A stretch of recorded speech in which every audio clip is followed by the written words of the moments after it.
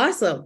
Well, hi everyone. Welcome to season 2 of Just Be You podcast. I'm here with the lovely Cynthia Martin. We met, we came across each other in a podcasting masterclass, and we just kind of connected.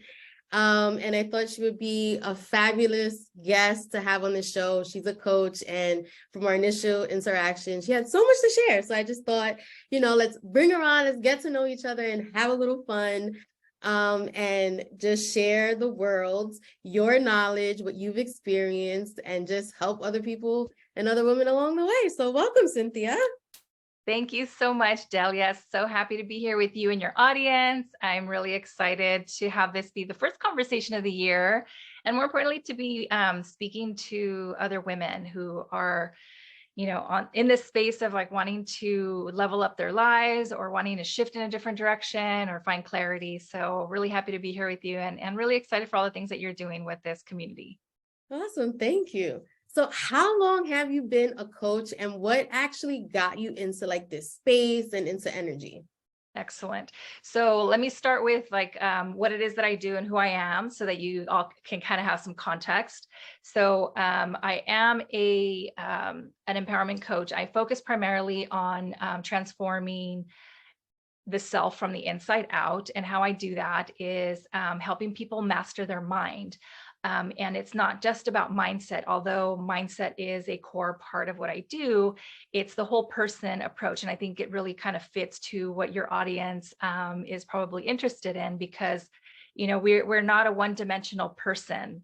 We're not just a body. We're not just a mind. We're this really complex, beautiful macro and micro environment of a being, right? That operates in different ways, from our thoughts, our physical experience of the world, our emotional world, and our mental world. So what I do is I really tap into the inner workings of the self, so that you can really kind of pull apart all the things that aren't you, so that you can really be expressed as the whole you, authentically, as you're meant to be, to fulfill your purpose and promise on your life. And I'm meant to live fulfilled, because the end game of living as a human being is to really live well, as opposed to some of the things that maybe some of us are experiencing and not living so great, right? And wanting things to change.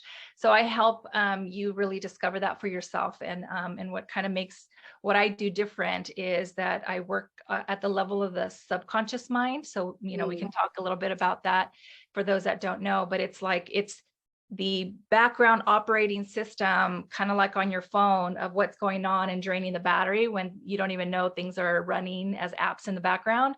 Right. I'm working with that part of the mind, so that the part of your mind that wants to make the change, that knows it needs to change, can actually click together, so that change can actually happen permanently, because that's a big gap of why change doesn't work. I mean, right now it's New Year's resolution time, right? And 42% of all people who make New Year's resolutions or set goals at this start of the year have kind of already fallen off, right? By February 1st, most of us have reverted back to old patterns. And it's not even forgotten, but gotten frustrated, haven't been able to create the momentum behind it, and haven't been able to apply what really needs to happen from the inner workings of the mind and the body to sustain it, because life comes at you and we don't know how to apply those things, because then just we're on this carousel of of repetitive cycles, right?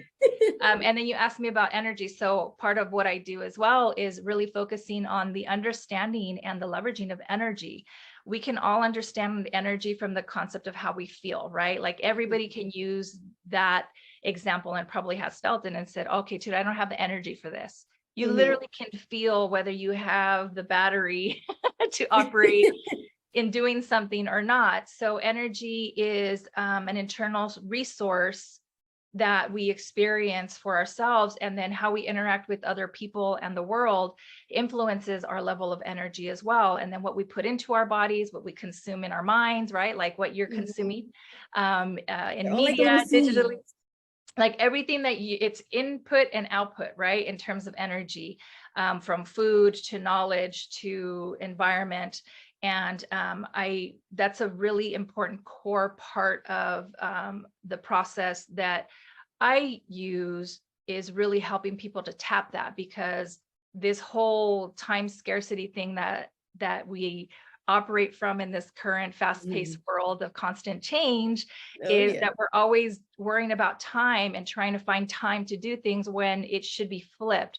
You should be managing your energy so that you can leverage your time versus the other way around, because you might have the time, but you're wasting energy in certain places with distractions that don't give you what you need, the force and the energy and Like the kind of keep going. momentum to apply what you want and need to with that time effectively, right? So it's this holistic structural approach where we're impacting things at a very fundamental level, but most people don't understand that. So I know that was probably a long kind of wrap around that. And then just how I got into this. I've been a lifelong student of human behavior and mastery. I've always been, I used to be someone who identified with being the black sheep because I didn't fit. So I always say, like, I've always been unfit to fit in because of the way I think, the way I speak, the thoughts I have, how I see the world. And not too long ago, as part of this work, I realized black sheep really only means it's another way of saying we're visionaries, because we're here to look at the world differently and to see what others are not designed to see. Not that they can't, but they're not designed to see life that way. So the black sheep are an important key of the whole puzzle for us to be able to create new ideas and support those that are good at implementing ideas and executing ideas, right? So we all have our place. And that being the case, I started personal development at 17, went on a roller coaster ride as a personal growth junkie. I was on the highs and the lows. I felt like I was on this crazy roller coaster ride. I get really excited. I invested time, tons of money. I'm saying, like, I'm 46 now. At 17 is when I started, and I've been spending thousands and thousands ever since I began. Every penny that I would have, I would spend on learning and growing. And first, it started with the idea of creating success based on the old model that money is the way, right? Creating Yes. That's how I started, like most people, especially operating very heavily in my masculine. That's what I thought was the road to success. So following the gurus, coming across the Tony Robbins of the worlds and, all the masters and whatnot, teaching you all the strategies, but there was a big gap missing. And it took me a couple decades to get to that place where I had really hit a wall. I had been preparing myself effectively, thinking I was going to go ahead and get a handle on this whole transition into parenthood, right? And doing all the things, doing all the strategies, investing in everything you can think of so that my kid would not start where I did. Right. I wanted to create a really clean slate. And at the end of the day, it was a very traumatic experience. It catalyzed me and catapulted me down a rabbit hole of trauma and all kinds of crazy things. And I couldn't find what I was looking for. I wasn't getting the fix that I used to from the personal development. And it was even worse because I had all this knowledge and all these tools and strategies that used to work really, really well and are all the right things to do, right, quote unquote, and they weren't working. I couldn't get myself out of that dark hole. And here I am getting ready to bring a little person, or I had just brought a little person into the world.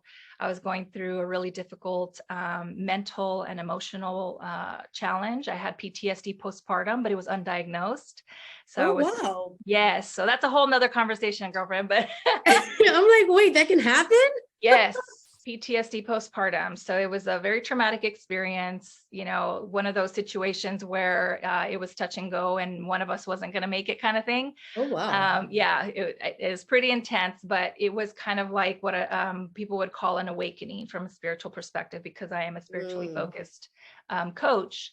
And what that means to each of us is different, but it really took me down a road that was unexpected, unexplored for me, because it was part of my inner world that I had pushed to the side because of all the personal development and the toxic positivity and like needing to have the right mindset and things need to be good. It all just bubbled up to the first surface, and all the things that I thought I had dealt with, I was dealing with all over again, from like as if it had just started, right? So it was a really interesting place.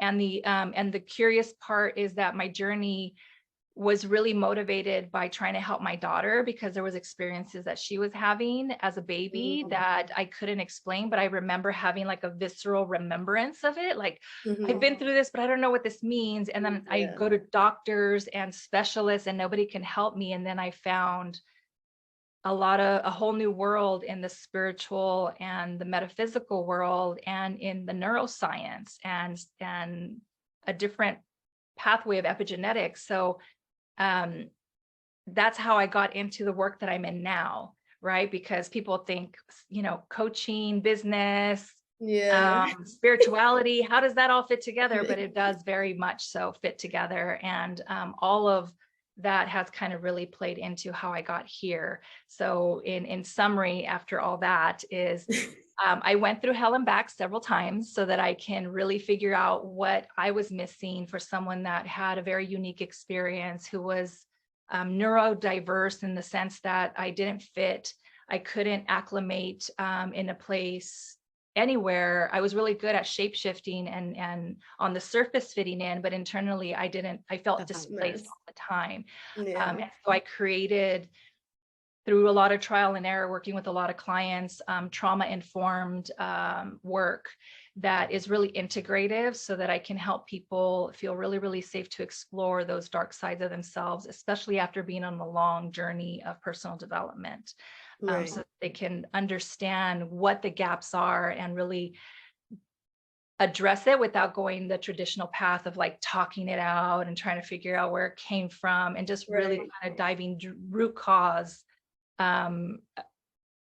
healing and self-empowerment, because we all have that capacity to heal, but we just don't know how to get there on our own. And so, that's that in a very rapid fire summary of how I got here and what I do. That's the basis. And I'm really excited because I have the privilege of helping people really find their extraordinary power from within and changing their life tremendously, and finding the purpose in their pain and being able to find comfort in the unknown, which is really satisfying. That's great. Well, I just wanted to kind of like touch back on something. You mentioned toxic positivity. Can you expand on that a little bit more? Because I feel like the first time I heard that was maybe like a couple of months ago. And I was just like, toxic positivity, like how is that? How can that be a bad thing? Or just like, why would it be perceived as being toxic? So when positivity starts to become toxic is when we negate negative emotions, when we bypass the human experience of feeling bad and trying to mask it with, oh, well, finding the silver lining. And not giving space to breathe for the real experience that we have as human beings, to not feel good when we don't feel good, and expecting ourselves to talk ourselves out of feeling bad. And where it really starts to become toxic is where we feel that all of the tools and the thinking, because it starts to play into manifesting, this concept of manifesting, creating your reality, attracting what you want. So it starts to create this really horrible mental cycle of like, I can't think bad thoughts because I'm going to make something bad happen. Okay.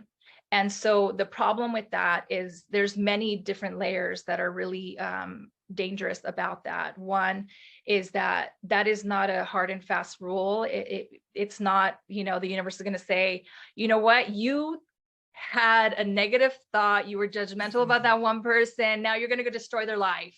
Right? Or you're going to destroy yours, and all of a sudden it doesn't work that way. Right? It's human beings. We are going to have negative thoughts. And even myself, who's been on the journey almost 3 decades, and I'm a spiritual teacher, I am very unenlightened. I have some really unsatisfying moments as a human being where I'm going, man, that was really horrible. Like, and where it would become toxic before is that I would look at that and really go down a rabbit hole and spiral into this place of like self-condemnation and self-shaming of like, how could I know better. And this is what's really wrong with the personal development industry, is that like there's this concept that we need to be fixed, and that because we've invested time, money, energy into applying practices and strategies and tools, that we should never ever ever do anything wrong, and that we should never ever ever ever make a mistake, and that we should never ever ever ever ever have a bad thought, or be human. Yeah, because essentially this is what you're asking me to be. That and it's toxic, because it puts us in a heightened state of alert. It kind of keeps us in a state of fight or flight, even though we're going down that path with good intentions. The minute that we do something that's human, it's like, oh my God, I blew up my world. My chances of reaching my goals and success is over. I'm done. I'm devastated. And what we're doing in the world of manifesting, we're actually compressing and constraining the creative energy and potential that is available to us to create the things that we want, by emphasizing and focusing and fixating on trying to think positive and do all the right things. Right. When if you were just to, I call it just the bob and weave, right? Like everything is about being in a state of flow, and personal development really is an evolution of stages of awareness. Right. And it kind of plays into this whole misconception and myth around mindset, right? That there's this fixed mindset that you're just immovable and you're a mule and you can't, you can't learn anything new. You can't learn anything new, right? That you can't teach an old dog new tricks. You're that old dog, or you're this enlightened and human being with a growth mindset and can see rainbows and sunshine when there's darkness and doom. No, we fluctuate in this fixed and growth. And that's what being a human being is. And that's the flow. So evolving from that misconception, it's about really what growth mindset is that allowing yourself to be human and course correcting along the way. It's like you reach a level of awareness where you're kind of going, oh, shoot, you know what? I shouldn't have done that. I could have done that better.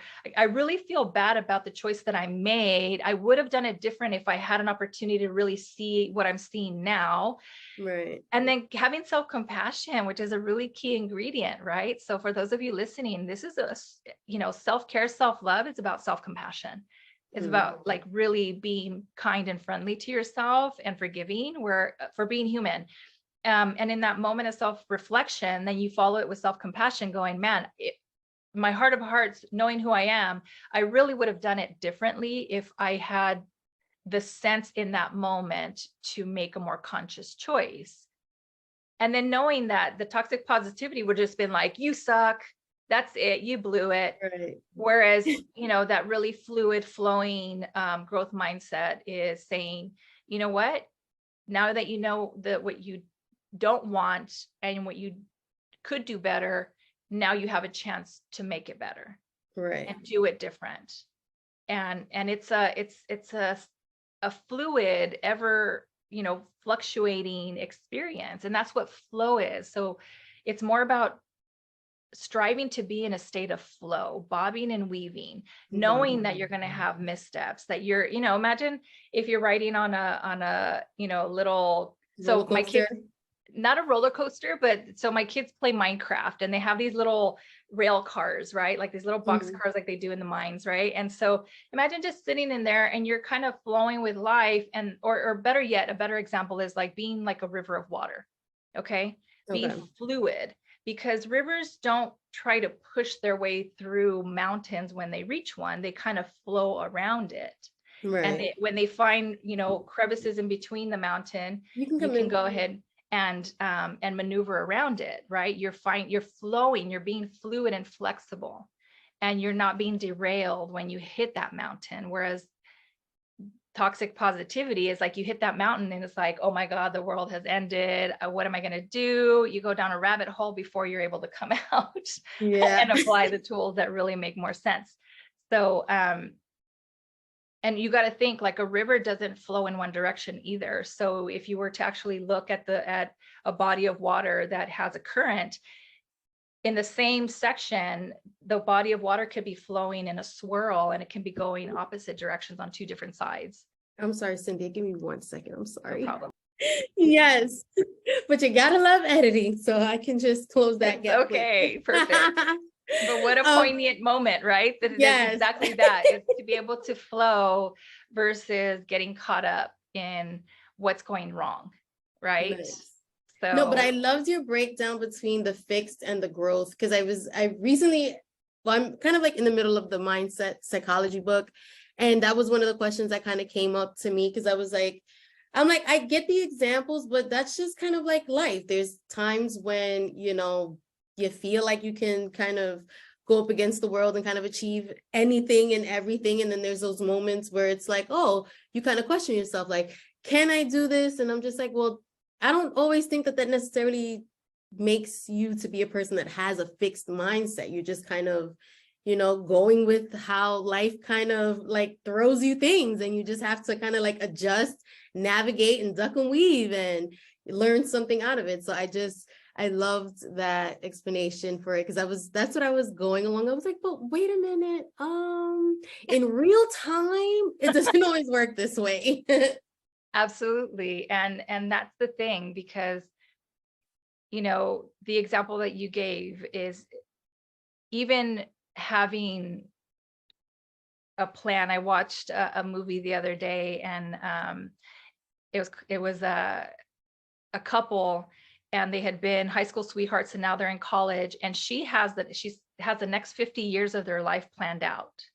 And there was a situation that would have in her mind derailed the progress of that. And she was like, no, you're not good. She's demanding, her partner not to do this thing that he feels called to, because it's going to put a kink in her plan.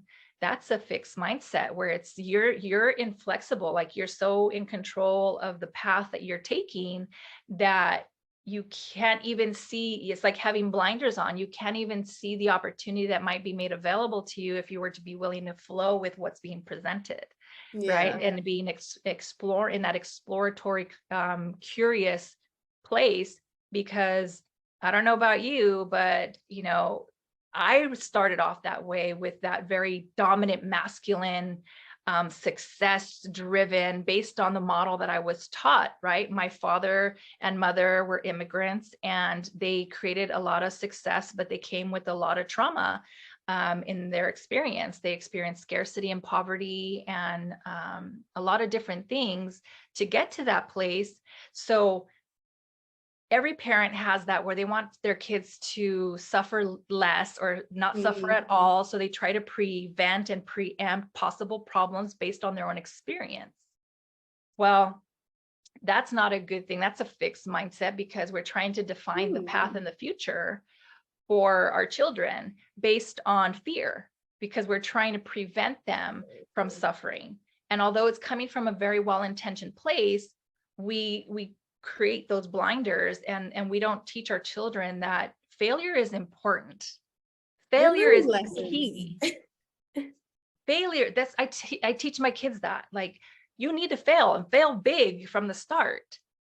Well, what would you consider failure? Because I mean, I don't know, sometimes, like, I feel like it has like a lot of definitions, or like if you make a mistake, that doesn't necessarily mean it's a failure. It just kind of means it didn't work out that way. Maybe you should try again.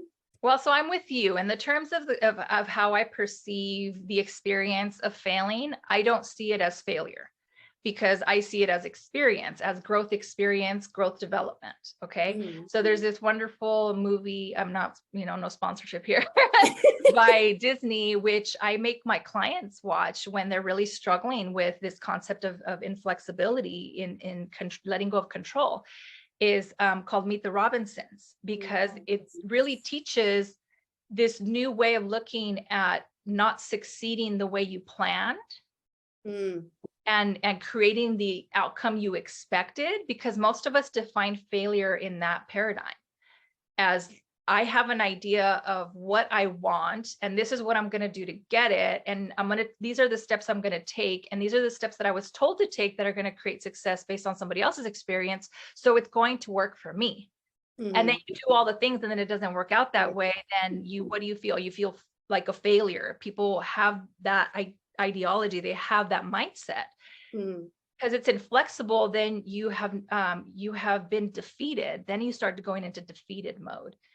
Whereas if you change the definition and the paradigm of what failure means to you, and you look at it as growth in progress and experience development and a necessary step to success and an opportunity to define and refine what worked and what didn't work, then that turns the paradigm all the way around, and it takes you on that flowing life trajectory, right?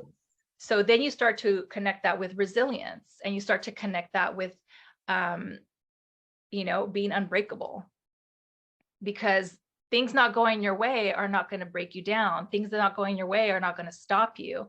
And because you have an attitude, if you were to look at people like Einstein or Tesla or, some of these genius minds, or even now, I know not a lot of people are fans of Elon Musk for various reasons, but it's not political. It's just to give an example of how the mindset can really take you down certain trajectories. The way that they look at failure is opportunities to refine and to create and solidify success, right? In science, you need failure to understand what's broken, what's breaking down, what needs to be corrected, and what the gaps are. That's the beauty of not succeeding, right?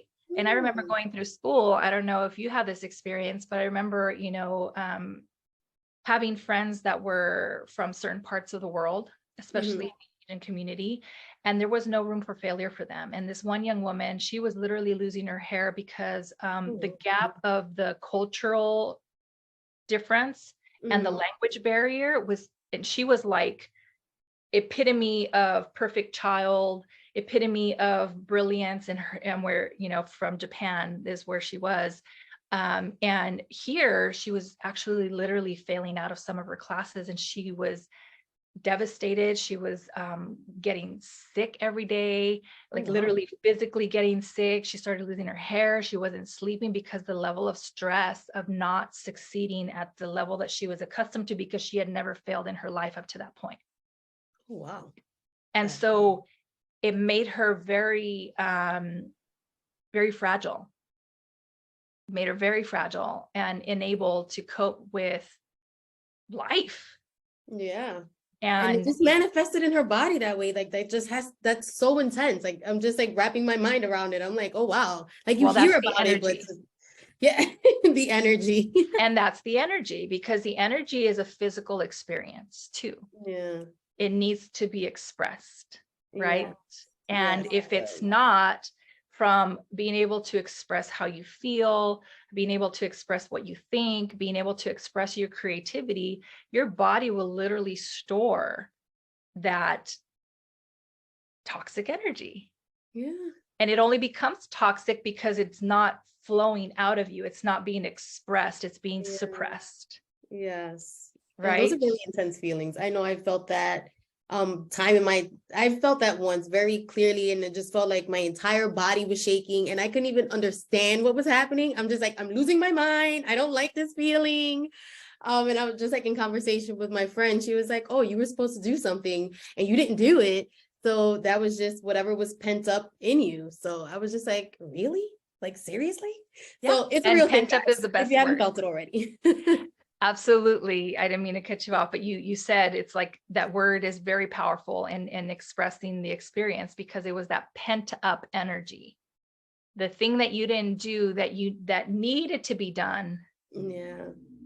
And didn't happen. It didn't go anywhere. So a visual experience that we all have had, or we've all seen, is like if you've ever heated up a tea kettle on the stove, right? And the old school ones that has a little spout and it whistles once it's reached a certain temperature, because the amount of pressure that has built up from the steam from the boiling water, it whistles to let you know, hey, it's time to turn it off, because it has built up enough pressure that I can only release so much of it. Right. Well, that pent up emotion, energy is, or emotions are energy in motion. They're feelings that need to move, right? They need to go somewhere. They need to be expressed. Right. If they're not, they're pent up, they're suppressed, they're stuck. And then if you are someone that is been like me, who was taught feeling is weakness, Yeah. and feeling bad and sad is even greater weakness, right? Then you're carrying around an explosive amount of energy, because Yeah. most of us carry it around for years, right? And so it'll manifest physically in the body. And there's a study that was done, oh my goodness, forgive me that I don't have the notes, but I want to say this European organization, I don't know if it was German, but what they did, these researchers got hundreds of participants, and they gave them visual cues that would evoke specific emotions. And what they asked them to do was to describe the sensations, the visceral sensations that they felt when they felt those emotions, from fear, joy, elation, sadness, anxiety, and so on. And a large percentage of those individuals that were part of this experiment all expressed feeling the same sensations in the body, in the same places. And what they did, I wish I had the visual, but what they did is they mapped out for each feeling where the energy starts to manifest itself in the experience. And it's in specific parts of the body. Now, from an energy medicine perspective, because we are electromagnetic, right? This is why you can shuffle your feet as a little kid and shock your brother or your sister. Yeah. Okay.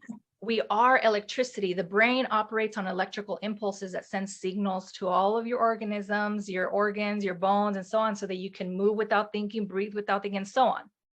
So we're electromagnetic. And so what it's doing, it's stimulating that energy in those parts of the body, and certain emotions are processed by certain parts of the body, certain parts of the organism. So like, for example, grief, and a lot of people are dealing with grief right now, is in the heart area. So yeah, a lot of the people that I've connected with, worked with, who've had scares of breast cancer, who actually had to heal through breast cancer, had a lot of unreconciled grief. Okay. It expresses, it manifests physically, it has to go somewhere. Yeah. And so the liver, anger, and so kidneys, fear. So there's a lot of correlation to where the body processes these emotions. And if not processed, if they're suppressed or withheld or ignored for long periods of time because of the way we were conditioned to think or to not feel, then it will manifest, right? So that's why right now there's such a prevalent issue with burnout. You want to get to a place where you're preventing burnout, because burnout is harder to come back from than it is to prevent it. Once you hit burnout, like, all systems have been fried. You will physically need to remove yourself and get into recovery once you reach a certain degree of burnout. And a lot of people are teetering on that edge because of the experience that we all collectively had over the last several years. Right. So the stress is augmenting. And why I share all of this is why it's important for you to know. And what I would love for your audience to take away is that really allow yourself permission to find outlets where you feel safe to express. And if it's not with other people, because, shame is one of the most life force depleting emotions. Shame. Wow. So you heard that term, or that, that ideology where it's like anger can kill you. Yeah. And it's not really anger. Shame is the one that kills you. Well, I hear between anger and stress, that stress kills all the time. Well, stress is a combination of different emotions and thinking patterns. Okay. Right? It's stress is a response that we have to life conditions. We either are reacting to it in a fight or flight or flee, or we can respond to life and flow with it. We can course correct and move, because stress, there is healthy stress and then there's unhealthy stress. Right. So it's, it's a fine line, but stress it's a culmination of a compounding effect of repressed emotions. Right. And the styles of thinking and inflexible, catastrophizing and all these different things. I'm getting into terminologies. It's just like thinking the worst, preparing for doom and gloom. That's where anxiety comes in, or getting stuck in the past and longing for what was. That's depression. So those are all different experiences, but the emotions themselves. So Dr. David Hawkins, he actually created what's called the map of consciousness, and it identifies the states of consciousness, the states of thinking and feeling and being, from an energetic standpoint, like the actual hertz, the actual frequency that each emotion has, and the frequency in which we're operating. And anger is a really interesting one, because anger can actually catalyze you. It can move you into action. So it's a really interesting emotion. So it doesn't necessarily kill you unless you live in anger 24/7. Then you get screaming and causing all kinds of chaos in your body.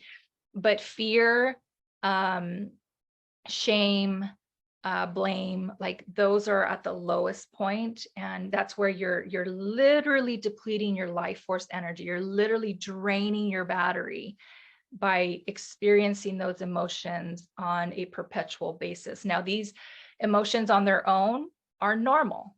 Okay, feeling ashamed, embarrassed, all of those things, feeling happy, joyful, courageous, brave, angry, so on and so forth. Those are normal human experiences. And the toxic, coming back to the toxic positivity, thinking that having those feelings at all is wrong, that's toxic. Yeah. Those are important ways in which the body communicates to us. So think of emotions as a very powerful tool in which the body uses to communicate our needs. When it starts to become a problem is when we start to ignore our needs and we push through. Further and further away. Further and further away. Or I can handle this. Oh, I don't need help. Or start going down that rabbit hole. That's when it starts to become a problem. So when I talk about the map of consciousness and these emotions on their own and feeling them every day on a normal basis, it's okay. It's when we are living there. And some part of us really is dwelling in that space, even though we're operating. I mean, I've had so many clients who are incredible human beings in service, especially people who are in service. They give so much, but they give very little to themselves. And so then they start manifesting problems physically, mentally, and emotionally. And then they wonder why, because you're outputting only and there's no input on the receiving end of that service and that generosity and the compassion and that kindness. But yet they're amazing at the output because they fill up everybody's cup, but they're giving from a very empty cup. All the while, when they go home and they're with themselves and their own thoughts, they're feeling the very, very real experiences as if it's happening in that moment, the memory of the things that they regret, the things that they wish they never did or that never happened to them, or especially because I do, my work is very trauma informed. I deal with people who've had really ugly situations happening to them. I have had that in my childhood, and that was what kind of set me on the trajectory. They relive, their body relives the memory every time they think, and they can be in their living room or they can be in their bedroom in a safe space, and they can see something on TV, and then all of a sudden it'll take them right back to that moment when something happened to them. So they're not safe in their own minds and their own bodies, but yet they're really good at giving, but yet they're depleting from themselves and not really fully giving at the potential that they could. So this is why it's important to look at mindset, not just as this experience of, changing the way you think and having positive thoughts and trying to, to be all rainbows and sunshine.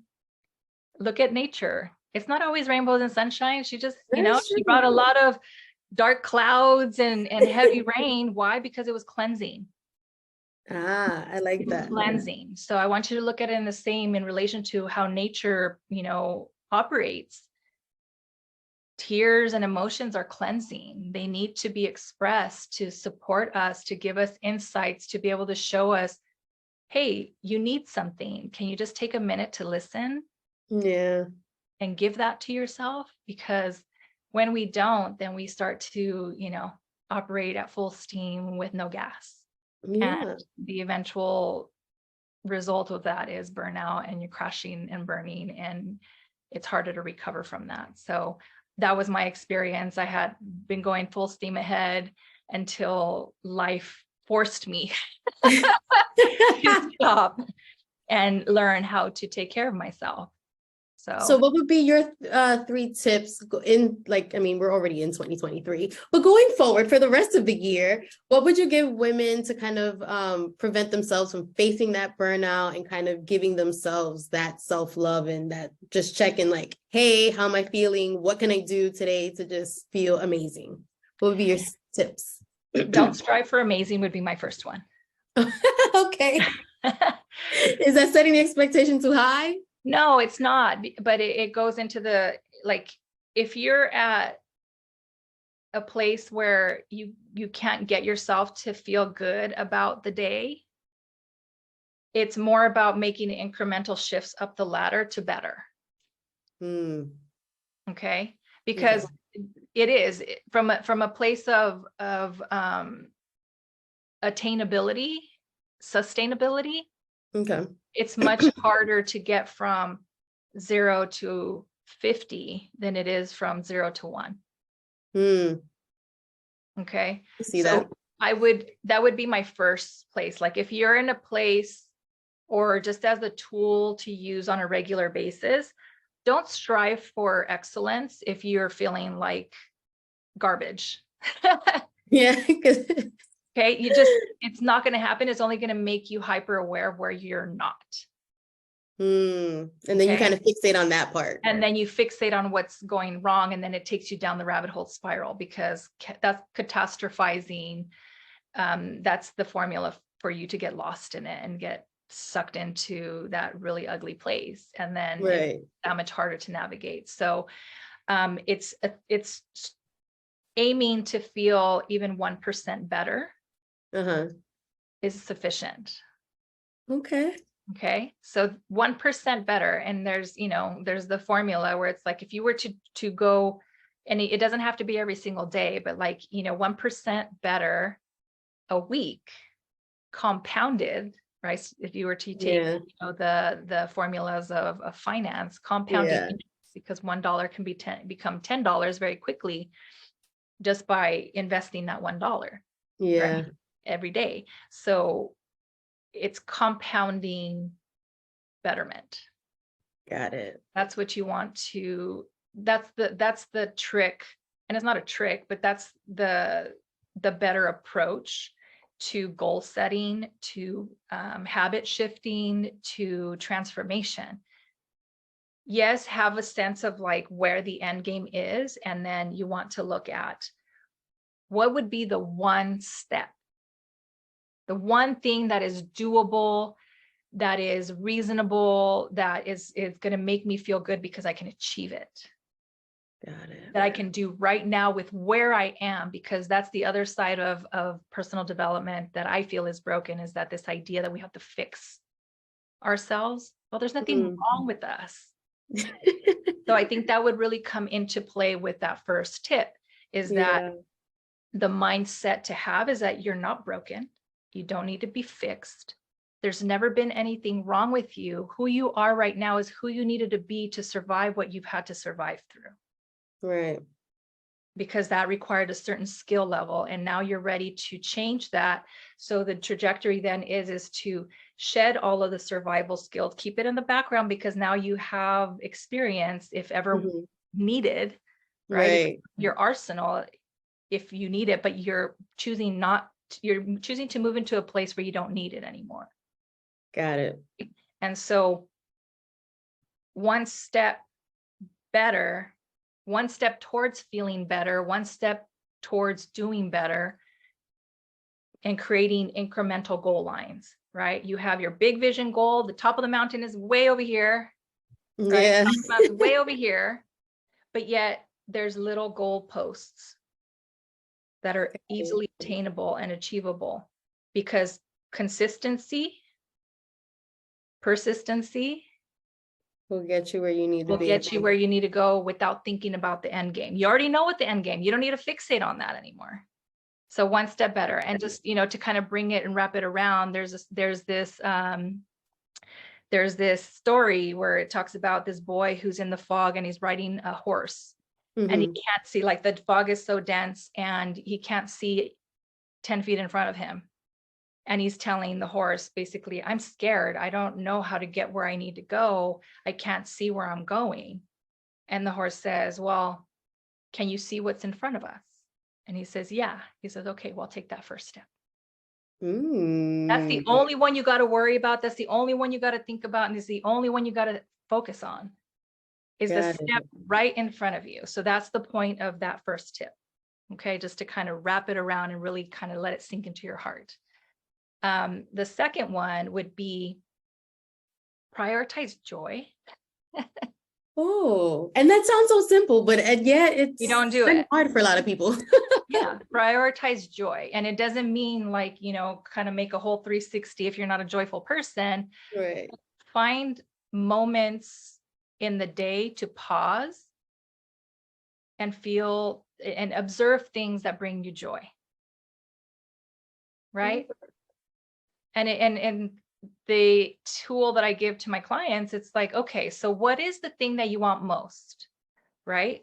So if it's a relationship or money, I want you to imagine what the experience would be like. So to spend something, to spend on something freely that doesn't hinder you, or to see a loving couple holding hands where the woman feels safe and respected, and she honors her man, or her, whether man, woman, they, whatever the person is.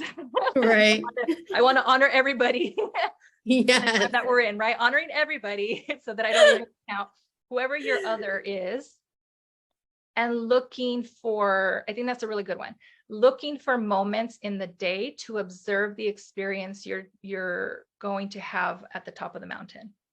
Right? Okay. So if you want to be in a healthy, happy relationship, there's actually a part of your brain that is filtering the world to seek out the things that you believe and have experienced. So by telling that part of your brain, I'm going to seek out moments of joy that are a reflection of the thing that I want. Okay. And you're training it to seek it out in your day. And in those moments, you'll be like, oh, what a beautiful moment. And to really like let it soak in. Yeah. And to see yourself in that moment and like imagine yourself being the one hugged, or the one whose hand is being held, or the one whose chair is being pulled out, or whatever that is. Right. You're training your brain to seek out that frequency, that channel of where that exists. Okay. And it'll automatically start to become of your consciousness. Okay. So it kind of sounds like there's a little bit of like visualization happening there. Is that? In a sense happening? It is, but this is an interactive experience. This is not just you sitting. So visualization, you can sit right here in this room and I can tell you to close your eyes and imagine a lemon, right? And now everybody who did that, you're probably noticing that you're salivating, right? Yeah. That's because you have an experience and a memory of what it's like to have a lemon in your mouth. Yeah. Right. So you're creating the experience and engaging with it in the real world, and then adding the imagination, because the imagination is the most powerful, most potent gift and tool and key that we have to changing our world. That's a whole thing. But if you use your imagination right in your favor, life can be changed very quickly. That's the key to manifesting, but that's a whole nother conversation. So to answer your question, you're actively engaging with the world and life itself. And yes, you're taking those opportunities to imagine yourself in that experience to create the experience in your mind. Okay. Versus you trying to create it and make it up in your head and create this scenario. Right.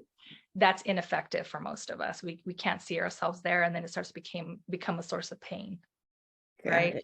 So this is an easier way for you to train your brain. And then really, like when I say take moments to inject joy, like really feel, give yourself permission, because nobody's looking, nobody knows your secret. It's just you and you, just for that brief moment, for like 17 to 30 seconds.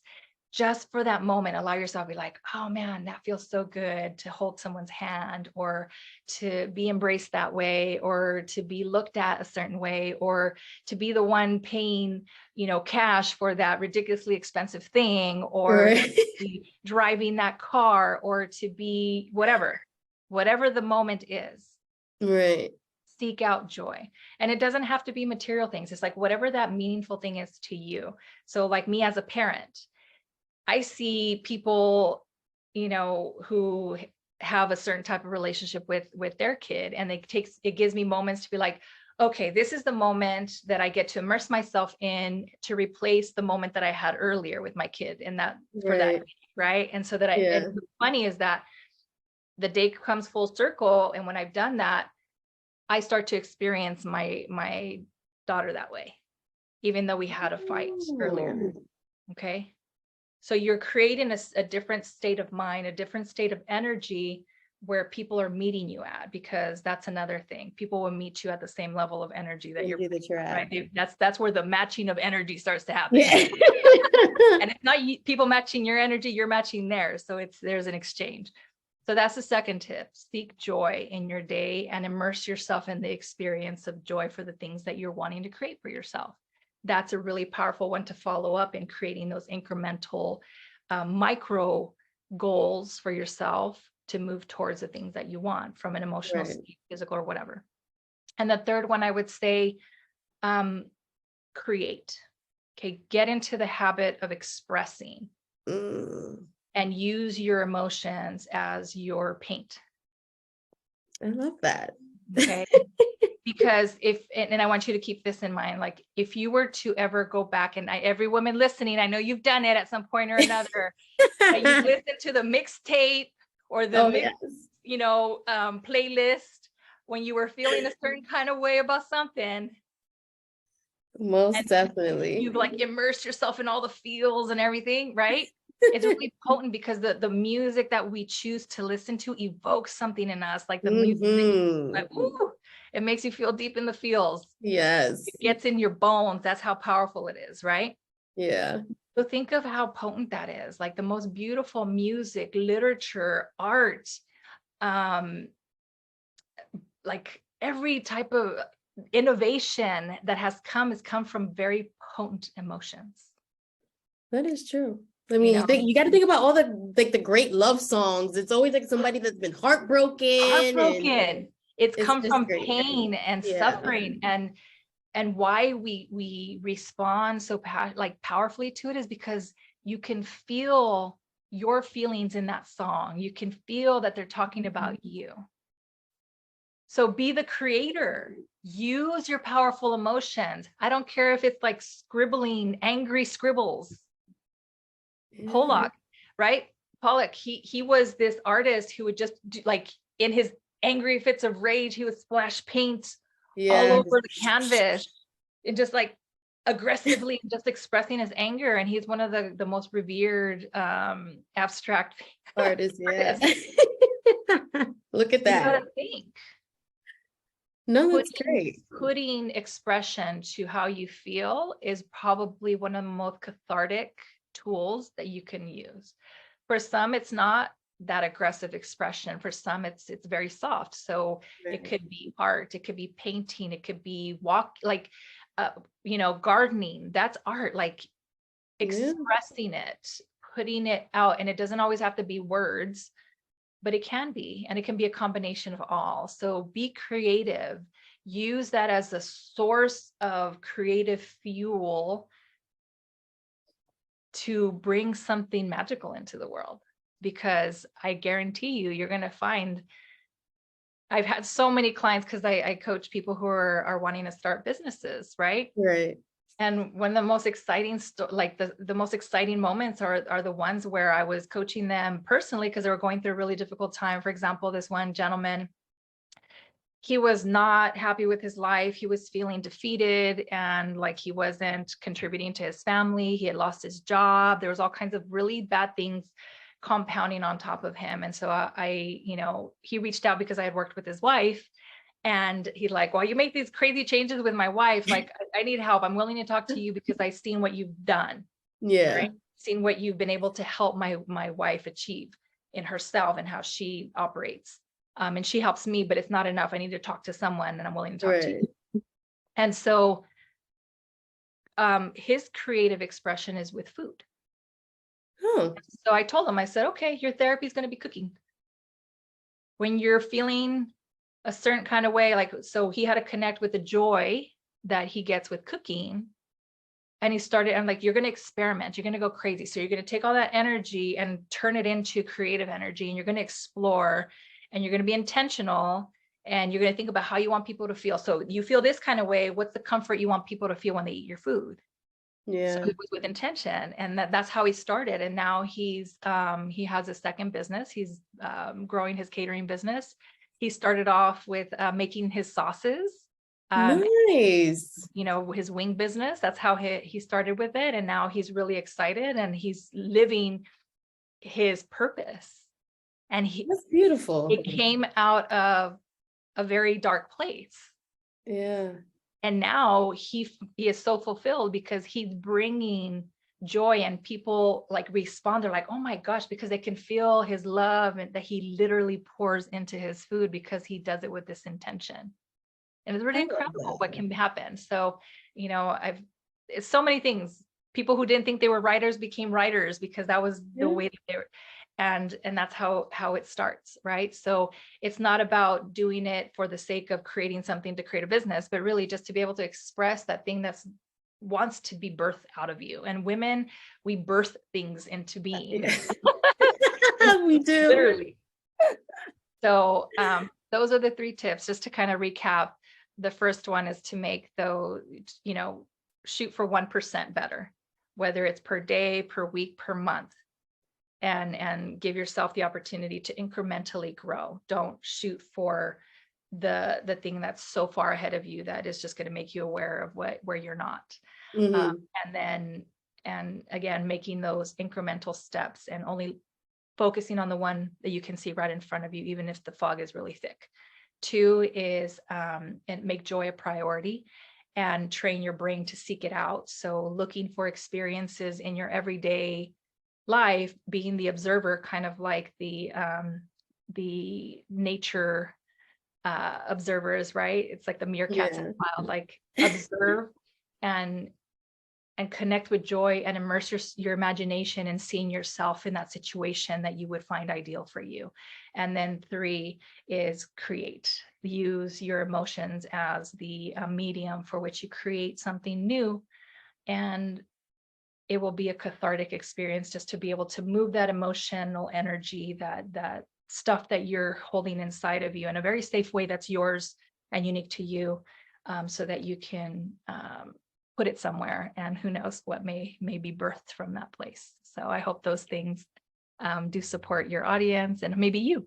Yeah, no, totally. I identified with so much that you said, and I saw myself, in a lot of the things that you said at one point or another. And I'm just like, yeah, so I definitely had a ton of takeaways. And it was just, I found it to be impactful, and hope other people do. And I know they will. So my very last question for you is, how can people connect with you? Where can they find you if they want to work with you or just talk to you and just, see what you're up to? Absolutely. So right now, the best way is to connect with me on Instagram at Ultimate Empowerment is my handle. My business is called Lumiere Energy Healing. So think of Lumiere, the candlestick in Beauty and the Beast. That's how people are. So Lumiere Energy Healing, which it only means light. But I'll be I'm revamping my website, and I'm on Facebook and things, but right now I'm the most active on LinkedIn as well. So we can go ahead and add that handle if you're looking for that kind of support, which I do help you with life and business as well. And just basically that empowerment journey. If you're looking to kind of get a little more clarity, we can do that too. But the quickest way is on Instagram at Ultimate Empowerment, and I'll be posting some opportunities to connect and possibly work together in some workshops and some different resources that I'll be sharing there as I revamp my own journey for the year. That's a never-ending thing. I'm revamping too and changing things, and it's just, as you said earlier, you just go with the flow and bob and weave. And bob and weave. Bob and weave. So well, thank you for having me. Yes, I want to thank you again for being part of the community, for being part of the show. This is a great conversation, and it was a pleasure, and I hope you have a great day. I appreciate it, and I wish you all the very best, and keep doing what you do, Delia. Can't wait to see you rising and shining in all different places. Thank you. I can't wait. I look forward to see all your great things, because you're fantastic. Oh, I just think you're fantastic. I repeat.